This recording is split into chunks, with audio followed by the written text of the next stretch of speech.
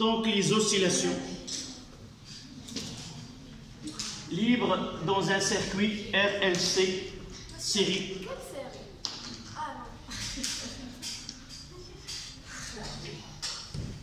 نسينا مولات النكته ديال عاوتاني نديرو شي نكته على لا ما نديروهاش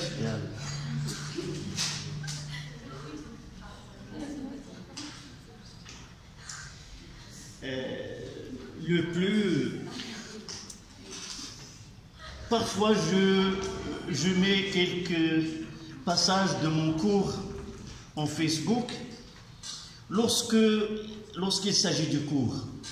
C'est rare qu'il y a de suivi et de remarques, mais lorsqu'il y a des anecdotes ou c'est là où tout le monde essaie de voir. Donc on veut suivre ce qui n'est pas ordinaire. Donc c'est-à-dire a été bien suivi plus que des passages de cours. Ça c'est autre chose. Donc les oscillations libres, on va voir qu'est-ce que ça veut dire oscillation, mais dans le langage ça veut dire quoi? On dit que ma note oscille entre telle et telle, c'est-à-dire il peut prendre des valeurs entre deux valeurs extrêmes, un minimum et un maximum. Libre, on va voir par la suite qu'est-ce que ça veut dire. Dans un circuit série, ça veut dire que nous devons avoir les éléments reliés en série, l'un à côté de l'autre, et qu'ils suivent la loi, le même courant circule dans le circuit, et l'additivité des tensions. Avant de traiter en chiffres romains, décharge d'un condensateur dans une bobine, nous avons déjà étudié le condensateur à part, la bobine à part, et chaque fois, il y a toujours la présence d'un conducteur ohmique, soit avec le condensateur, soit avec la bobine. Au début, l'étude de condensateur, nous avons dit comme résultat de cette partie-là, c'est quoi? En quelques phrases. Le RC, en quelques phrases, sans entrer dans les détails et les équations. D'abord, le condensateur, c'est quoi? C'est un dipôle capable d'emmagasiner de l'énergie électrique et de la restituer par la suite.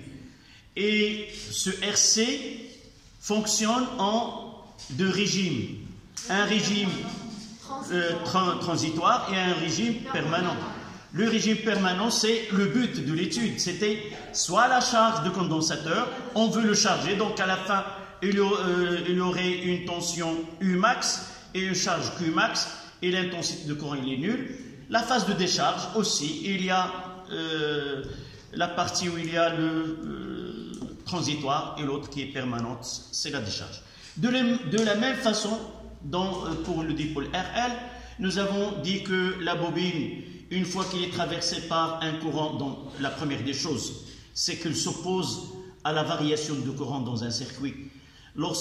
Soit l'établissement, soit la rupture de courant, toujours il y a une opposition en créant son propre courant, et par la suite nous avons dit que cette bobine, elle emmagasine de l'énergie, mais cette fois-ci de l'énergie magnétique, que peut la restituer aussi. C'est cette énergie qui peut nous donner la présence de courant électrique une fois que l'interrupteur est ouvert et que la lampe qui est en série avec cette bobine continue de briller quelques fractions de secondes après la rupture du courant. Donc là nous avons deux dipôles qui peuvent emmagasiner et restituer deux formes d'énergie différentes. Le condensateur, c'est une énergie qui est électrique, de l'autre côté, c'est une énergie qui est magnétique. Donc, si le but de cette leçon, on va regrouper les deux dipôles dans un seul circuit et étudier quelles sont les phases de fonctionnement, le régime, quels sont les types de régimes qu'on peut avoir dans ce circuit série RLC. Et vous allez constater qu'en réalité, le titre, c'est quoi? La décharge d'un condensateur dans une bobine. C'est-à-dire, ce condensateur-là, vous allez le voir dans le vidéo tout à l'heure, c'est bleu. Donc nous avons une association de condensateurs-là en parallèle qui nous permet d'augmenter la capacité. Et là, la bobine. Donc en réalité, on veut charger ce condensateur et le décharger dans un circuit où il y a une bobine. Et la bobine-là, nous pouvons faire varier, la voici de ce côté-là, nous pouvons varier ce coefficient L qui est mentionné sur cette, là il a une échelle. En déplaçant ce noyau de fer d'eau, je varie L. Et par la suite, si je veux varier L, il suffit de faire varier la position de ce fer d'eau. Et si je veux varier la capacité, il suffit d'enlever cette association. D'accord?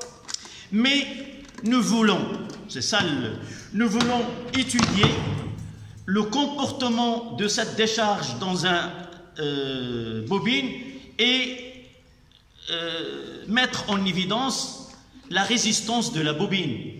Malheureusement, avec une telle bobine, nous ne pouvons pas faire une expérience, chaque fois enlever la bobine et prendre une autre bobine de résistance différente. Pour faire le même travail, qu'est-ce qu'on va utiliser? On va essayer d'ajouter un conducteur ohmique dont la résistance est variable. Donc, vous allez voir dans notre programme, ce qu'on vous demande, c'est de dire les régimes de fonctionnement de cette série uniquement en fonction lorsqu'on fait varier la résistance de circuit. Donc, ajouter en réalité ces condensateurs avec une bobine, et pour mettre en évidence la résistance de la bobine ou la résistance du circuit variable, on ajoute ce dipôle-là, on va varier et donner le type de fonctionnement, quels sont les régimes de fonctionnement de ces circuits. Et par la suite, on va mettre en évidence la cause des oscillations d'un tel circuit. D'abord libre, parce que en réalité, il y a une partie du cours qui n'est pas au programme de sciences physiques, c'est sciences maths. Là, après cette leçon, on utilise les oscillations forcées dans un circuit RLC. C'est la présence d'un générateur. Donc un générateur, mais on va l'étudier en mécanique. Même en mécanique, on va étudier les oscillations libres d'un système mécanique et par la suite étudier les oscillations forcées dans un système mécanique. Mais malheureusement, pour nous, en électricité, ça aide à comprendre ce qui va se passer par la suite. Mais ça n'empêche pas de travailler par la suite sur ce côté-là pour les oscillations mécaniques. Donc, la non-présence d'un générateur dans un circuit rend ce qui se passe ici libre. Il n'y a pas un générateur qui va imposer un courant électrique dans un tel circuit. Nous avons un condensateur qui est chargé. Une fois qu'il est déchargé, c'est lui qui va imposer. Donc le circuit lui-même crée son propre courant et on appellera ce qui se passe à l'intérieur de ce circuit. C'est des oscillations qui sont libres. D'accord? Donc on passera à la vidéo que je vous ai envoyée. Elle est titrée en arabe. Celui que je vous ai envoyé sans titre, sans aucun commentaire. Là, بالعربية c'est التذبذبات الحرة في دارة متوالية RLC. D'accord? Je vous laisse suivre et on discutera au fur et à mesure. Je vais commenter.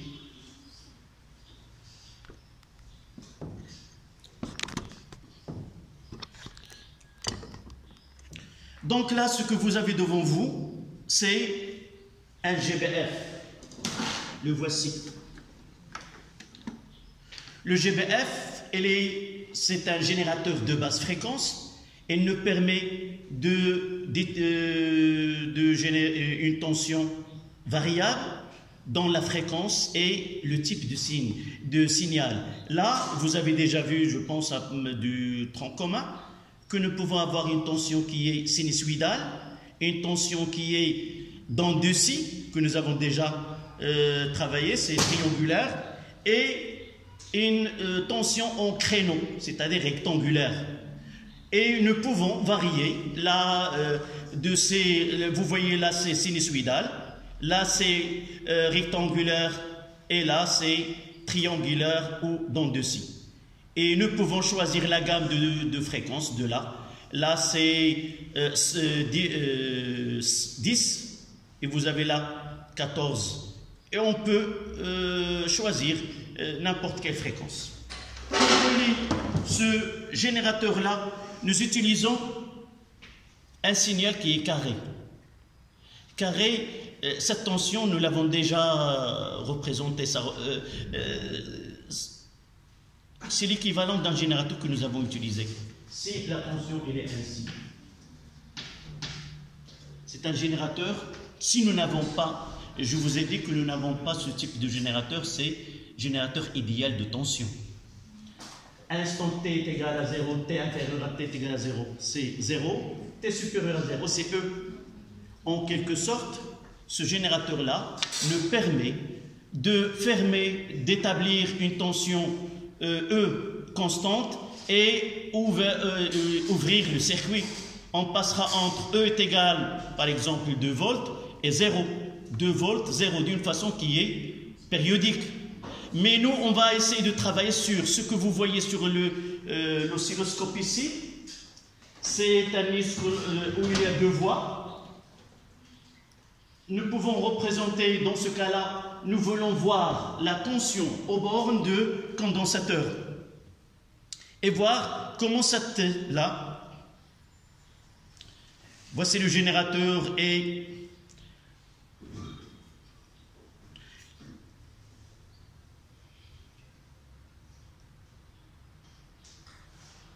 là, voici la résistance. Je n'ai pas utilisé celle-là. L'autre vidéo, peut-être vous avez une autre résistance reliée à la bobine. Et vous voyez là le fer d'eau que je peux varier par la suite de la bobine. Et on regarde ce qui se passe. Là, c'est le condensateur. Et on visualise là, on visualise la tension aux bornes de condensateur. Vous voyez ici, je vais essayer d'arrêter l'image.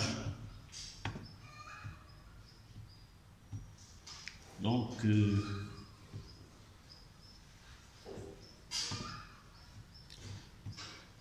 voilà, la synchronisation entre le caméra. Voilà. Vous avez vu qu'il y a la tension aux bornes de condensateur varie entre 2 valeurs extrêmes, une valeur positive puis une valeur négative, mais cette valeur extrême varie au cours de temps et finit par s'annuler. Là, les facteurs qui peuvent influencer, voyez que je peux, en variant L, là, vous voyez que le nombre des oscillations varie.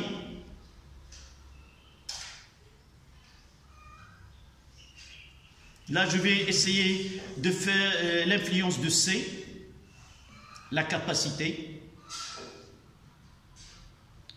Peut-être le vidéo que j'ai envoyé, il est en ralenti.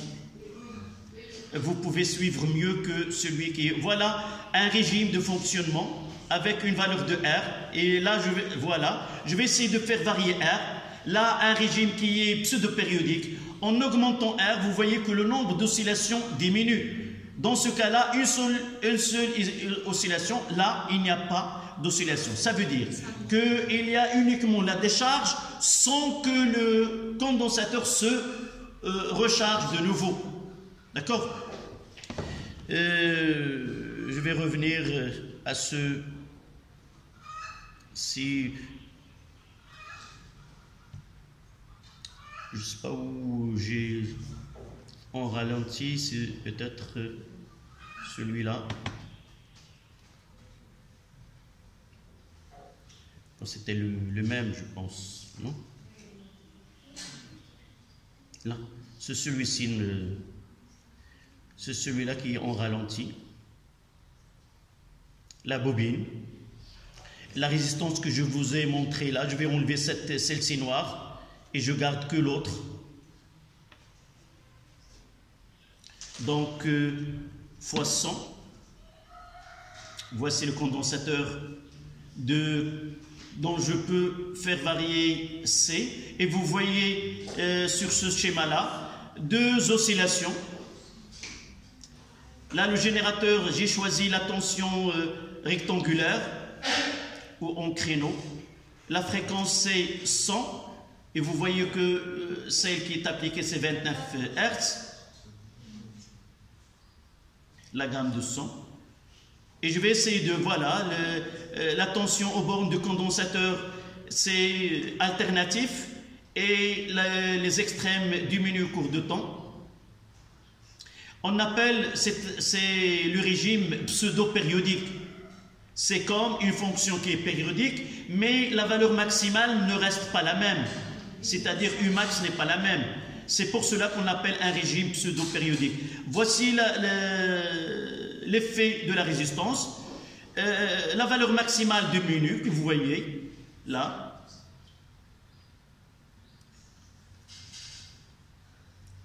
Donc plus R diminue, plus le nombre d'oscillations augmente.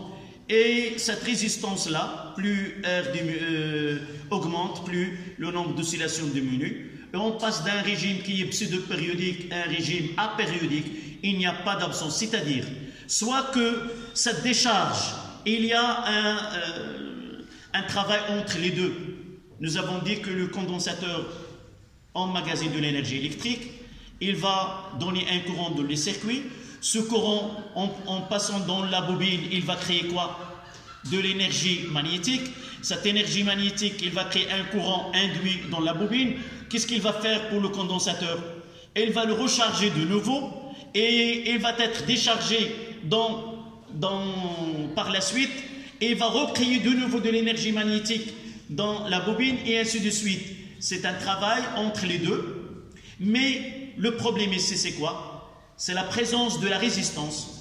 Nous avons déjà dit en première année qu'un courant électrique passe dans une résistance et les dissipés sous forme de chaleur. Et par la suite, une partie de cette énergie électrique et magnétique, elle est absorbée ou dissipée sous forme de chaleur dans les résistances. Une fois que toute l'énergie elle est dissipée par partie si vous voulez. Chaque passage, il y a une partie qui est diminuée. On le voit où? Dans la valeur maximale. Au début, avant qu'il y ait consommation de cette énergie dans la résistance, on a Umax, elle est grande.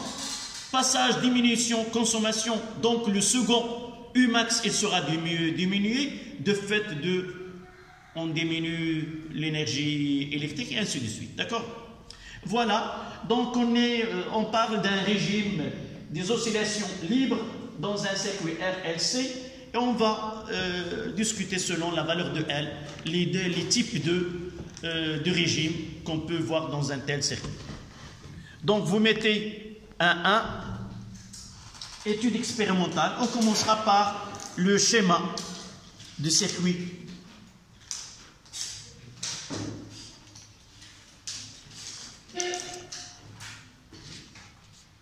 Voilà, vous faites ce schéma. Je vais le mettre devant vous.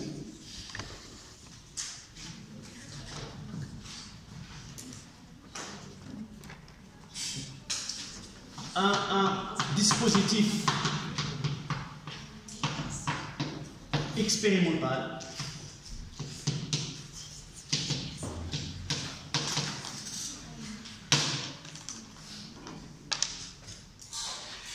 Une petite remarque, nous avons utilisé un GBF si nous ne disposons pas d'un générateur qui peut donner cette tension ou ce générateur idéal de tension. Donc on fera ce schéma-là. Là, une tension E.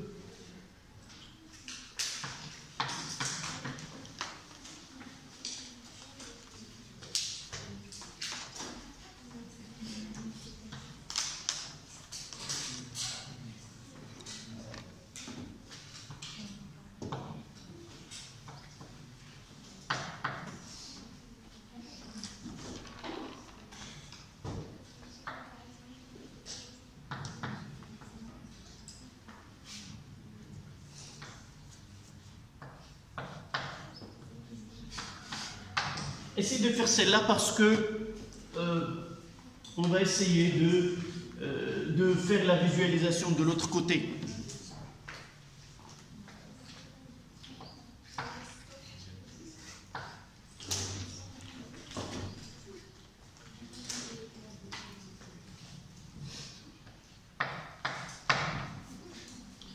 Donc du condensateur, on passe.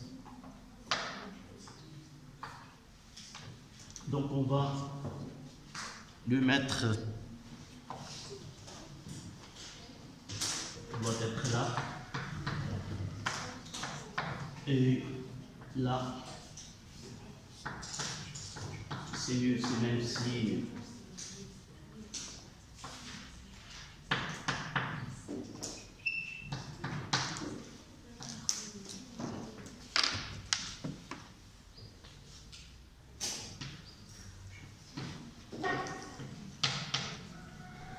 Évidemment, là, c'est la position 1.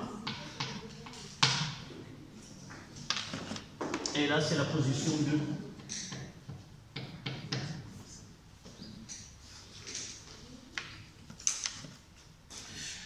Là, on peut mettre une résistance ici pour protéger le générateur.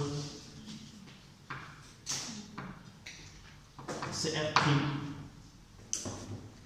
Là, c'est L et petit r.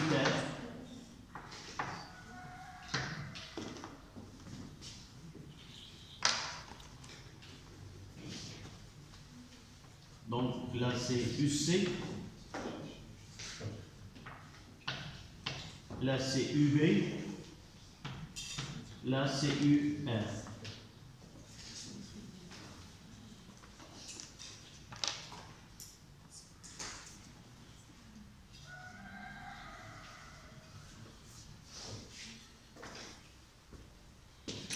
On peut faire la même étude par Exao. Ce sont des expériences assistées par ordinateur. C'est d'utiliser un système d'acquisition ou un système d'exploitation. Généralement, le GLS est de l'ordinateur. Je vais vous envoyer aussi cette partie-là sous forme d'un vidéo, si je le trouve. Je l'ai fait l'année dernière avec vos camarades. Je mettrai la leçon de l'année dernière dans votre groupe, le lien, et essayez de revoir. C'était une expérience faite, Mosa, tu te rappelles, c'était en direct du Payas là, et il était visualisé par...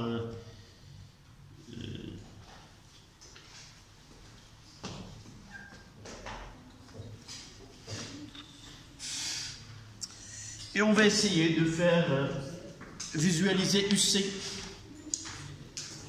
Dites-moi comment je dois brancher. Donc là, la position 1, ça sert à quoi? À charger le condensateur. Puis on va basculer l'interrupteur K vers la position 2. Et c'est le but de notre étude. On va le charger dans la position 1. Basculer l'interrupteur dans la position 2, c'est-à-dire on va décharger le condensateur dans une bobine. Et nous avons dit, pour étudier les différentes régimes qu'on peut avoir, nous avons ajouté là un dipôle, un conducteur ohmique de résistance variable.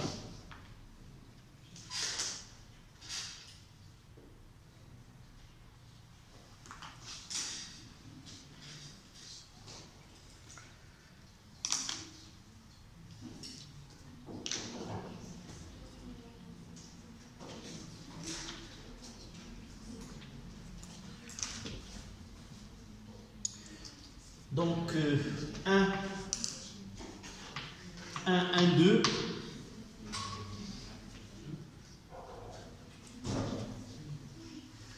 S'il vous plaît. Oui, j'ai dit comment peut-on... dites-moi comment je dois brancher le condensateur à l'oscilloscope pour visualiser la tension UC.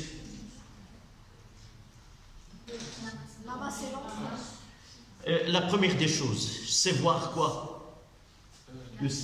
La tension. Donc là, c'est la flèche, c'est l'entrée, c'est la voie, par exemple 1, et là, on mettra la masse. Voilà. La première des choses, c'est représenter la tension. Dans ce cas-là, elle est déjà représentée. Du côté du flèche, je mettrai la voie, et de l'autre côté, c'est la masse.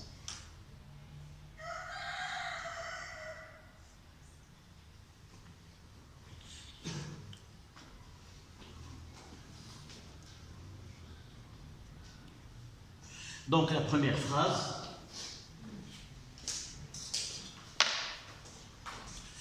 là c'est le dispositif, là c'est manipulation, puisqu'on va manipulation.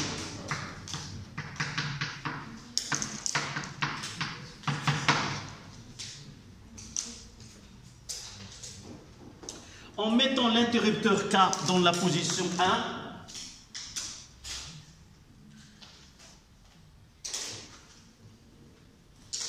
en mettant l'interrupteur K dans la position 1, pendant une durée qui permet, en mettant l'interrupteur K dans la position 1 qui permet, en mettant l'interrupteur K dans la position 1 pendant une durée qui permet la charge de condensateur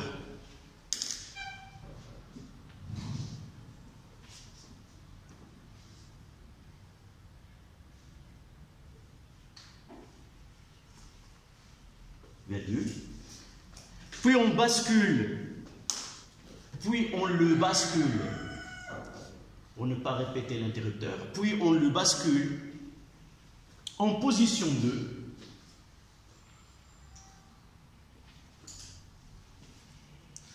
on le bascule en position 2, et on visualise la tension UC, et on visualise la tension UC aux bornes de condensateur.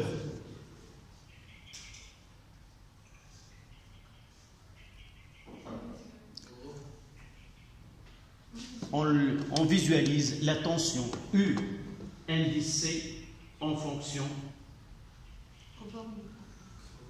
aux bornes de générateur. Et c'est en réalité, vous devez écouter, comprendre ce qu'on doit faire et l'écrire avec vos propres phrases. Donc, qu'est-ce qu'on fait? On a basculé l'interrupteur K de la position 1 à la position 2. Avant la position 1, c'est uniquement pour charger le condensateur. Et on veut visualiser la tension aux bornes de condensateur en fonction de temps. Et là, à la ligne, pour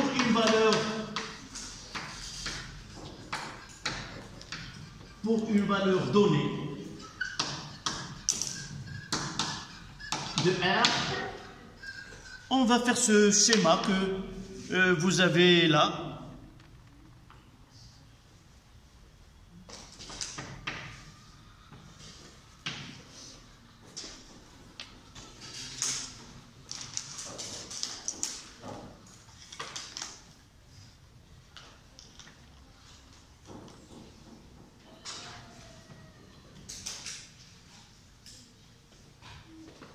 Là, c'est UC. Essayez d'avoir le même là. On mettra T.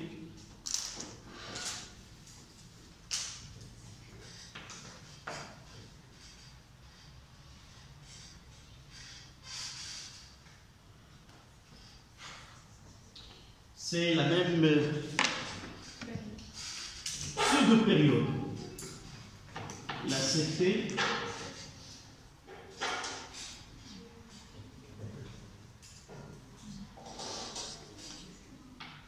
Vous avez des carreaux, essayez de les utiliser. pour faire apparaître qu'il s'agit bien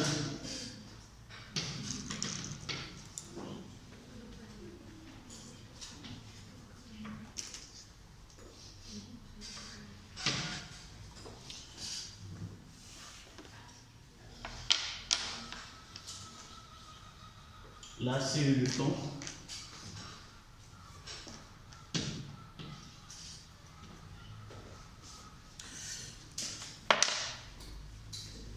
UC de T décroît alternativement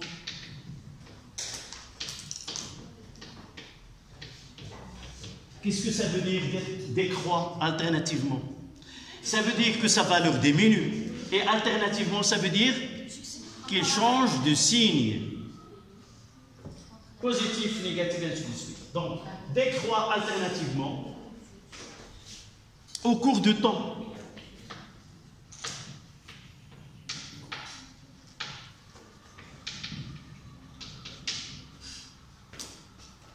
Décroît alternativement au cours du temps.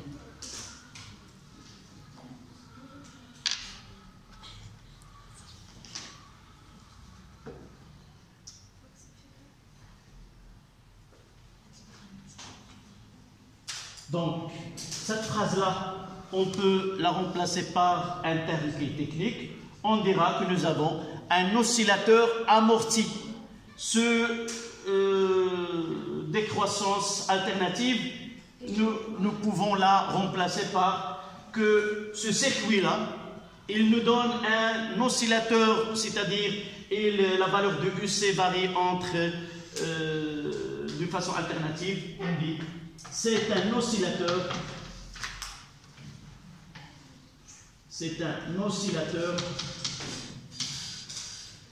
amorti.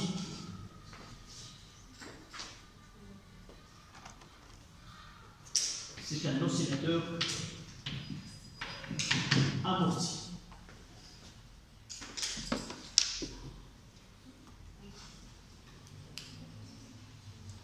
Est-ce que nous pouvons dire que la fonction UC est périodique?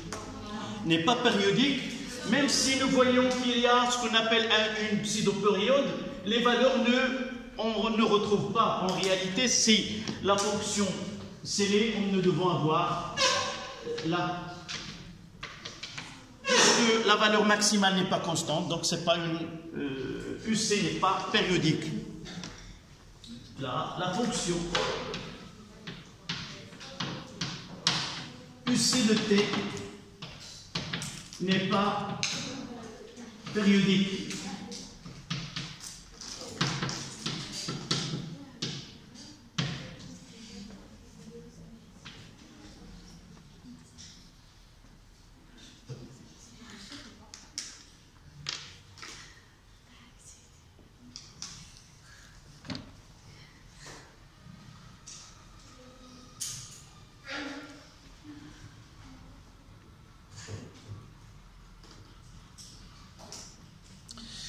Vous avez déjà vu au cours de l'expérience qu'en faisant varier L et C, nous varions cette pseudo-période.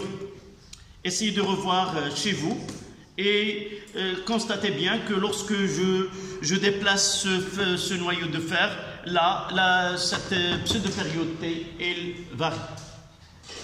Donc on passe à 113.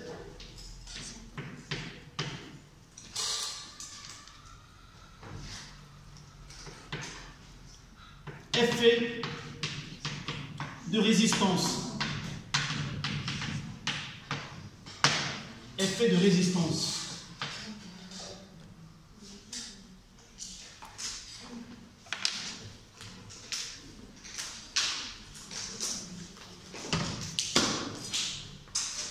Et là, parmi les questions qu'on va trouver dans les exercices, c'est que nous aurons devant nous des graphes avec des valeurs maximales différentes.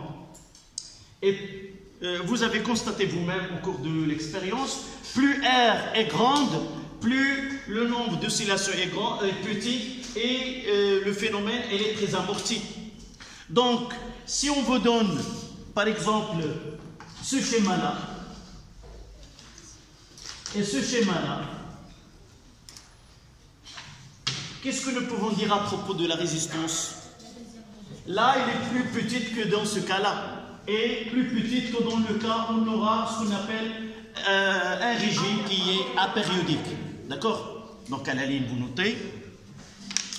L'augmentation de la résistance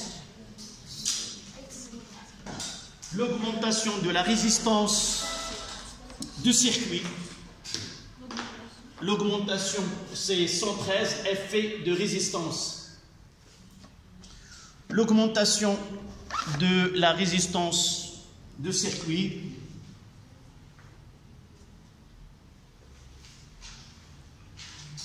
provoque l'atténuation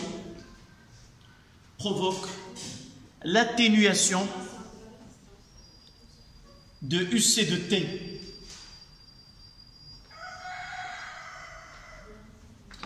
Provoque l'atténuation de la fonction UC de T.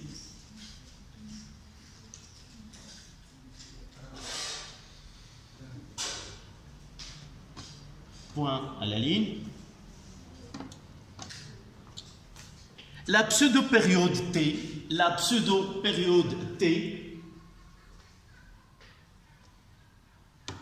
dépend de L et de C.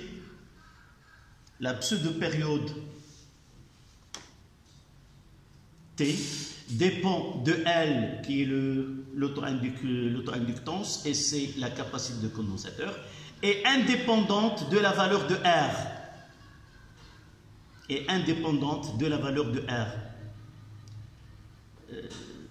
Essayez de revoir ce vidéo que je vous ai envoyé et remarquez bien, lorsque je fais varier la résistance, vous voyez que la valeur maximale de UC diminue, mais la pseudo-période ne varie pas. Mais lorsque je fais varier L ou C, vous voyez que le nombre d'oscillations augmente, soit diminue selon les valeurs. Essayez de voir si L augmente, ça veut dire quoi, et si C augmente, ça veut dire quoi. On peut traiter ceci dans un exercice.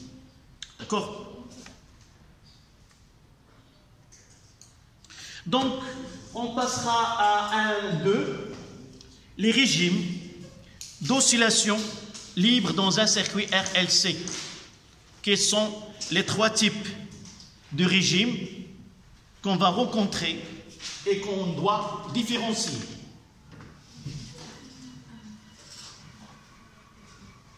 Donc, 1, 2. Régime d'oscillation.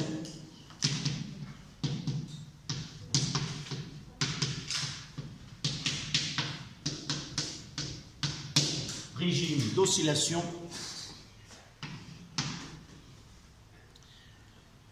Libre, évidemment, d'un circuit RLC.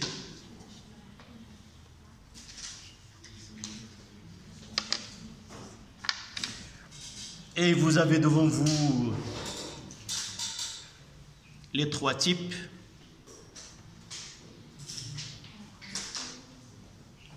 On va les tracer.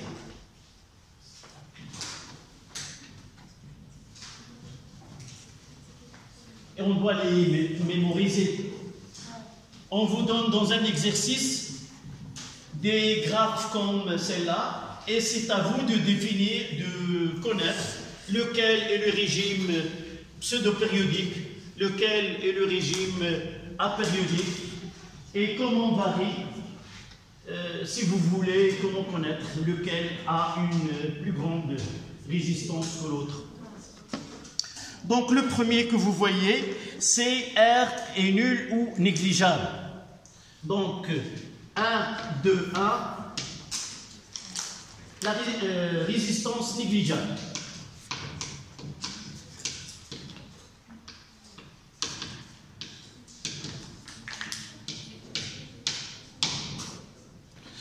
C'est un régime, évidemment c'est un régime qui est théorique, mais on peut l'avoir vers la fin de la leçon.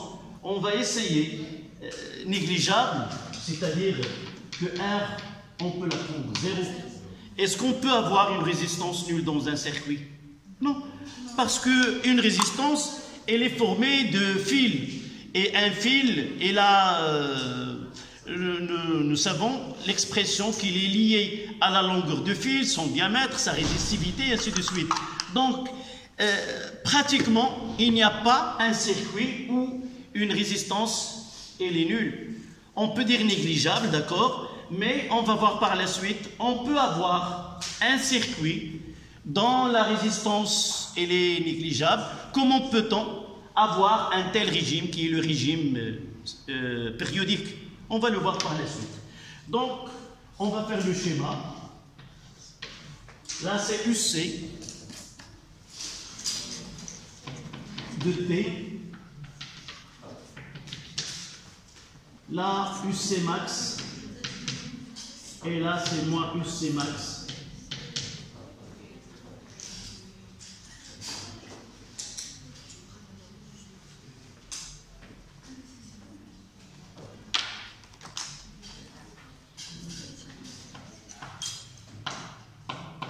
Là, on montre à T0.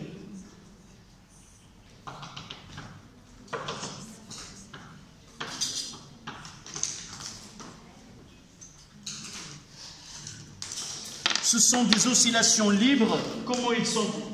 Oscillations, s'il vous plaît.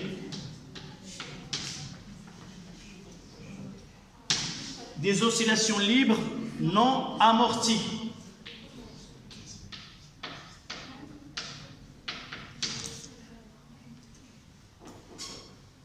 Des oscillations libres non amorties. Des oscillations libres et non amorties. Et ce T0, c'est la période propre.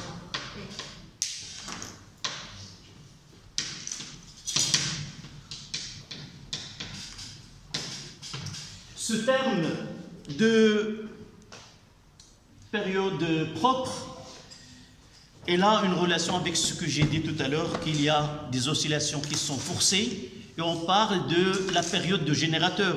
Un générateur qui impose un courant électrique qui est sinusoïdal, par exemple, et là, sa période lui-même, et cette période-là, si nous parlons des oscillations forcées, c'est que le générateur oblige le circuit à réaliser des oscillations qui sont forcées avec une période qui est celle du générateur. Dans ce cas-là, pour différencier cette période de générateur et celle du circuit, là, le circuit, il oscille avec son propre énergie électrique et magnétique, et la période, elle est liée aux paramètres de ces circuits. Quels sont les paramètres d'un tel circuit où il n'y a qu'une bobine et un condensateur, où la résistance, elle est nulle? Presque. On la considérera comme nulle. Quels sont les paramètres de ce circuit? D'abord, on l'appelle quoi? Est-ce qu'on va dire RLC?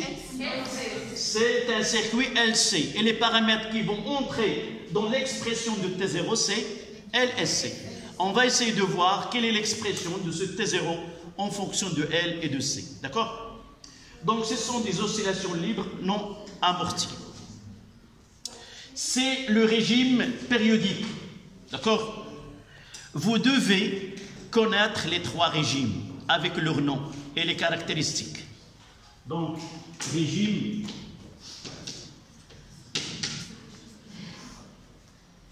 périodique.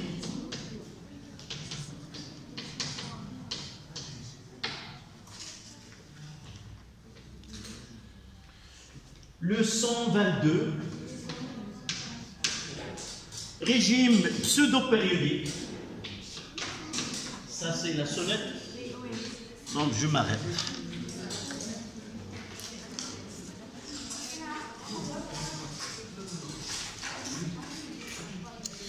Donc, il nous reste de voir ces trois régimes, puis on passera à l'étude théorique.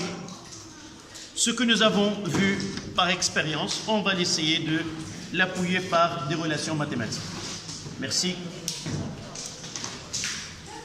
Vous ne m'avez pas dit quand est-ce qu'on aura ce devoir. Le samedi d'après, le prochain, dans une semaine. Et alors. Je vais essayer d'envoyer quelques exercices corrigés que je peux trouver dans votre, les envoyer dans votre groupe.